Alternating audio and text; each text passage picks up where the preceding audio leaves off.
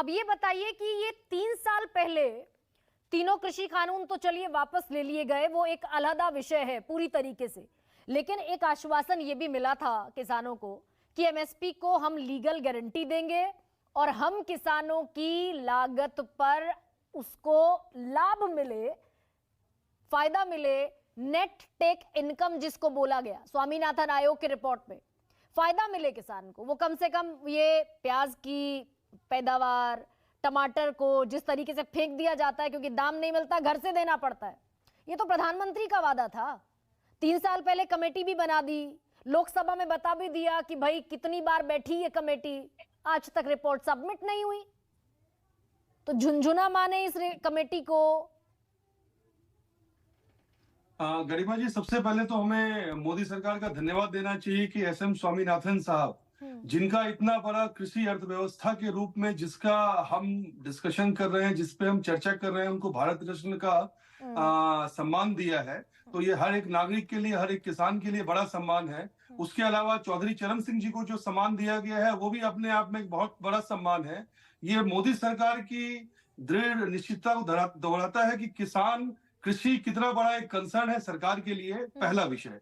दूसरा विषय जो हम बात कर रहे हैं गरिमा जी, ये समझने बात की है कि हम लोकतंत्र को क्या भीड़तंत्र के द्वारा कुचलना चाहते हैं इस आंदोलनों के माध्यम से, इन व्यवस्थाओं के माध्यम से। क्योंकि देश सिर्फ पंजाब नहीं है, देश सिर्फ हरियाणा नहीं है, देश केरला भी है, देश जम्मू कश्मीर भी है। और सरकार की मंशा बिल्कुल स्पष्ट है, एक देश, एक विधान, एक किसान। किसानों को पूरे देश में स्वतंत्रता होनी चाहिए, एक एक बूंद की रक्षा, तो प्रकाश चंद्र शर्मा, प्रकाश एक सेकेंड, मेरा इंटेंशन पर कोई सवाल नहीं, मेरा एक्शन पर सवाल है। इंटेंशन हो सकता है बहुत प्योर हो, लेकिन प्रकाश एक बात ये बताइए, अगर एक देश, एक थ्योरी की बात कर रहे हैं, तो जहां जहां चुनाव होते हैं वहां फिर 2700 रुपए पर क्यों पहुंच जाता है गेहूं का समर्थन मूल्य? गरिमा जी, दो बातें समझने के लिए है। इसके पहले कांग्रेस की सरकार वहां पे समर्थन मूल्य दे रही थी धान पे। छत्तीसगढ़ में क्या स्थिति हुई? लोगों से वादा करना, लेकिन वहां से कांग्रेस छोड़ दीजिए, रोहन गुप्ता के लिए सवाल है मेरे पास। मैं दूसरी बात कर रहा हूं, मैं सरकारों की इंटेंशन की बात कर रहा हूं कि सरकार वहां बनी चली गई, जबकि इन्होंने काफी दावा किया, हमने काम किया। अगर ये समर्थन नहीं होता किसानों का, प्रॉब्लम क्या है कि कुछ मुट्ठीबंद लोग जो समझते हैं कि किसानों की नेतागिरी हमारी बपौती है, वो निकल के आम किसान के हाथ में आई है, छोटे किसान के हाथ में आई है, जिसको सरकार पूरा समर्थन दे रही है पूरे स्कीम्स के माध्यम से। कैसे? देखिए, आप किसान सम्मान निधि की बात कर रही थी। 2014 से पहले एक छोटा किसान अपने चक्र के इतने बड़े मकरजाल में फंसा हुआ था कि जो वो लोन लेता था, सूदखोर उसको करते थे, डायरेक्ट कैश ट्रांसफर के माध्यम से उसको किसान ने देने की व्यवस्था की। अभी आप लागत कम करने की बात कर रही है। नहीं, मैं यही तो पूछ रही हूँ आपसे प्रकाश, एक सेकंड, मैं ये पूछ रही हूँ कि 500 रुपए जो हम हर महीना किसान को दे रहे हैं, वो 500 रुपए महीना देने की जरूरत नहीं होगी। एम्पावर कीजिए ना किसान को, उसकी फसल को एमएसपी पर लीगल गारंटी दीजिए, हमारी गरिमा लागत पर फायदा दीजिए 50% का। देखिए, देवेंद्र जी बैठे हैं, काफी वरिष्ठ लोग बैठे हैं। किसानी एक जटिल विषय रहा है देश में। जब देश आजाद हुआ, हमारी जीडीपी में 25% हिस्सा था, घट के 15-17% रह गया। अगर पूरे विश्व को खिलाने के लिए अभी मोदी सरकार की एक बहुत बड़ी योजना आ रही है और उसको पंचर करने के लिए इन्होंने ड्रामा किया है, जो 22 तारीख 23 तारीख को अन्न भंडारण योजना के रूप में देश के सामने आएगी, कि पैक्स के माध्यम से, ट्रांसपेरेंसी के माध्यम से, टेक्नोलॉजी के माध्यम से एक एक गांव को, एक एक किसानों को डायरेक्ट चिन्हित किया जा रहा है, बीच के बिचौलियों को खत्म किया जा रहा है। ये किसान जिनके लिए ये बाड़ेबंदी हो रही है प्रकाश, ये किसान नहीं है देश के। नहीं, ये किसान अगर हैं तो जो सिविलियन राइट्स है उसका क्या? ये भीड़तंत्र फैलाने आ रहे हैं, ये ट्रैक्टर से अपनी मांग मांगने आ रहे हैं। नहीं तो 3 साल हो गए और बनाई, चारा क्या है प्रकाश? सुनिए मेरी बात, चारा बताइए क्या सुनने के लिए।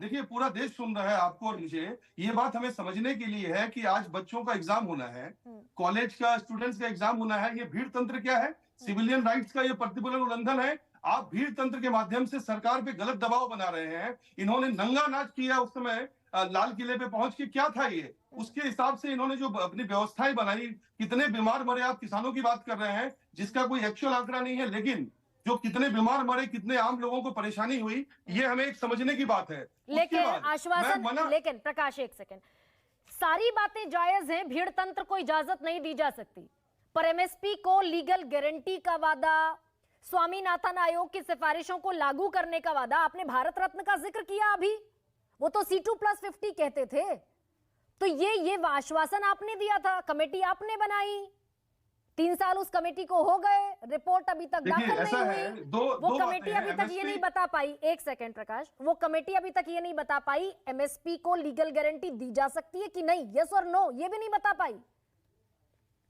मैडम, देश में कितने किसान है हमारे पास? आप क्या चाहती है कि चंद चुनिंदा किसान जो तय कर दे, सरकार उसको तय कर दे? सरकार अंतिम तय करे व्यक्ति ना, का उदय सरकार तय नहीं, करे। तो कंसल्टेशन मैम ये इतना आसान नहीं है। मैं वही कह रहा हूँ, अंतिम किसान तक पहुंचना, उसकी व्यवस्था करना। जो अभी धर्मेंद्र मलिक साहब बोल रहे थे कि भाई हम चाहते हैं एमएसपी आप दो ना, आप फल को, फसल को, कृषि को, मिलेट को, जो छोटे छोटे किसान हैं जो अपने हिसाब से उगाते हैं, और उसमें एक कॉम्प्रिहेंसिव रिलायंस सिस्टम, जो सेल्फ सस्टेनेबल मॉडल हो कि हम दाल उगाएं। हमारा इंपोर्ट बिल कितना है? कनाडा से जो हमारे पंजाब के भाई बैठे हैं वो इंपोर्ट करके अपने हिसाब से कमाई कर रहे थे, और अब जब हम दाल सरकार बांट रही है 60 रुपए में, उनको लेने में तकलीफ हो रही है क्योंकि उनके बीच की दाल नहीं खत्म हो रही है। देखिए ये कॉम्प्रिहेंसिव प्रकाश, इस बात का जवाब है आपके पास, एक सेकंड, इस बात का जवाब आप दे पाएंगे कि पूरे देश में गेहूं का समर्थन मूल्य है 2275 रुपए, धान का है 2185 रुपए। चुनाव हुए तो आप बीजेपी ने घोषणा कर दी कि गेहूं का समर्थन मूल्य दिया जाएगा 2700 रुपए पर क्विंटल। राजस्थान में और मध्य प्रदेश में क्यों दिया जाएगा? अभी आपको दिल्ली में जो गेहूं की मंडी है, या पंजाब में, मैडम मैं बता रहा हूँ, ठीक है, मध्य प्रदेश राजस्थान की बात कर लेते हैं। अभी आपको गेहूं के समर्थन मूल्य, मतलब जो लोकल मार्केट में दाम मिल रहा है, पता है कितना है? 2800, 2900, 3000 रुपए में गेहूं मिल रहे हैं, और मिल वाले परचेज कर रहे हैं। और उसी समय भारत सरकार, क्योंकि क्या है, प्रोक्यूरमेंट से लेके डिस्ट्रीब्यूशन तक सरकार का महत्व है, 27.5 रुपए में आटा बेच रही है क्योंकि आम लोगों को मिले। डिस्ट्रीब्यूशन के अलावा सरकार इतना फायदा पहुंचा रही है। देखिए ये क्या है, फिर भी एनएसओ की रिपोर्ट है कि सरकार 27 रुपए, किसान 27 रुपए रोज कमाता है। आप ही का डेटा, सरकारी डेटा है मैम, लेकिन क्या है ना, आप एक मिनट के लिए क्षेत्रवार एक अपने एक स्पेसिफिक हिसाब से, मतलब सरकार, किसान जो कमा रहा है, किसान कमाने के अलावा क्षेत्र वाले, लेकिन आप ओवरऑल करिएगा, उसमें बहुत सारी चीजें हैं। उसकी अलग इनकम है, अलग इनकम है, उसमें कंसर्न इनकम है, और सरकार ने उसको लगातार बढ़ाने का प्रयास किया है। एनओसो की रिपोर्ट है, लेकिन रिपोर्ट रिवाइज भी हो रही है। रिपोर्ट ये भी है कि 25 करोड़ लोगों को हमने गरीबी रेखा से ऊपर उठाना है। तो गांव और किसान, कृषि और किसी व्यवस्था हमारा एक महत्वपूर्ण विषय है, और उसमें सरकार लगातार काम कर रही है। अगर राजस्थान में और मध्य प्रदेश में पूरे देश के न्यूनतम समर्थन मूल्य से 600-700 रुपए ज्यादा दिया जा सकता है, तो ये पूरे देश में भी लागू हो सकता है। हाँ बिल्कुल मैम, वही तो गरिमा जी, आप वही बात कर रही हैं जो मैं कह रहा हूँ। अच्छा। उसको करने के लिए एक कंसल्ट टीम जो बनी हुई है, जिसमें व्यवस्थाएं लगी हुई हैं, लगातार उसमें चर्चा है, उसमें काफी इनपुट अभी आना बाकी है, काफी लोग आ रहे हैं। ये जो संयुक्त किसान मोर्चा की आप बात कर रही हैं, जो ये विरोध कर रहे हैं, लास्ट बार 3 साल पहले का आपने एग्जाम्पल दिया, उसके बाद क्या हुआ? इनका पॉलिटिकल मैंडेट था, आधे लोग चले गए, कोई कांग्रेस के साथ चला गया, कोई चुनाव लड़ने चला गया। सर मैं तो ये कह रही हूँ कि किसान का और सरकार का तो पॉलिटिकल मैंडेट नहीं है, आपका तो पॉलिटिकल मैंडेट नहीं है, तो आप ए पॉलिटिकल होते हुए लागू